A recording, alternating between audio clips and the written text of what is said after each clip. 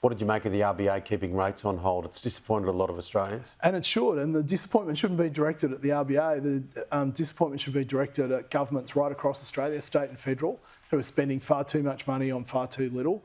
And if you look just between the lines of what the RBA governor is saying, she's making it very clear that until government spending comes under control, there will be inflationary pressure in the Australian economy, and that's what we're witnessing at the moment. We saw the story just before we came on with Mark Latham and the comments from Tanya Plibersek. There's been many others after what's happened in New South Wales. A lot of people will say we were probably only one handshake away from him becoming Prime Minister. Mate, I remember looking at that handshake and going, gosh, that's a bizarre thing. And a lot of Australians did and looked at, and fortunately got to the polling booth the next day and just went, yeah, I'm not voting for this. But we came very close to a Latham Prime Ministership. And unlike Tanya, I never voted for Mark Latham to become Prime Minister of Australia.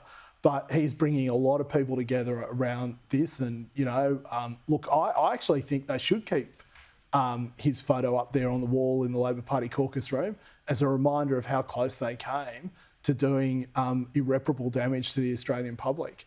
But the really big question is, I think at this point, the Minns government has a lot of answers to give to the people of New South Wales about the deals that they've done with Mark Latham to get through some pretty dodgy legislation in the upper house. What about Susan Lee? Early report card? I know it's early, but early report card. Look, Is it too early? Yeah, I'm a member of the Liberal Party. I want to say, yeah, she's doing a fantastic job. But I think you're right. It's just too early.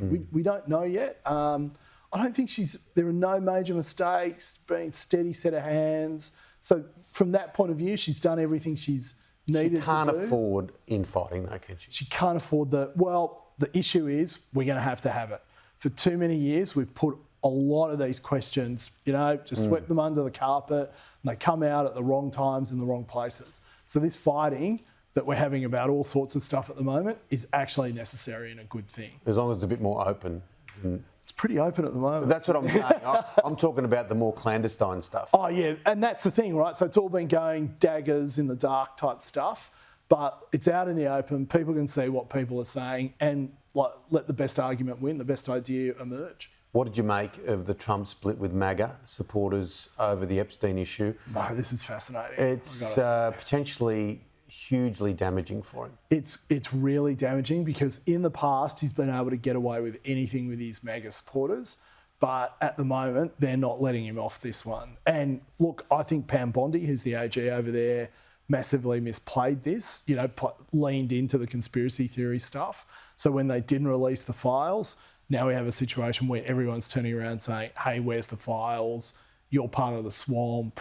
Why are you letting us down? So, yeah, this will be fascinating how it plays out, I have to say, because otherwise, Trump's not very popular in Australia, but he's actually getting a lot of wins on the board in international affairs, in the economy, in legislative achievements. But this thing now looks like it might overshadow all of them. But his disapproval rating in the States is at record highs. Oh, it's always been high. I mean, the interesting thing is Biden got to 60%, fell to 30%. Trump's disapproval's always been in the high 40s. Approval's always been in the high 40s, and it never moves. No matter, if he cured cancer, I think someone said if he cured cancer, the story in the New York Times would be Trump makes cardiologists unemployed. Well, there you go. We'll finish there. Thank you, mate. Jason, we'll do it again soon. Look forward to it. Jason Falinski, thank you.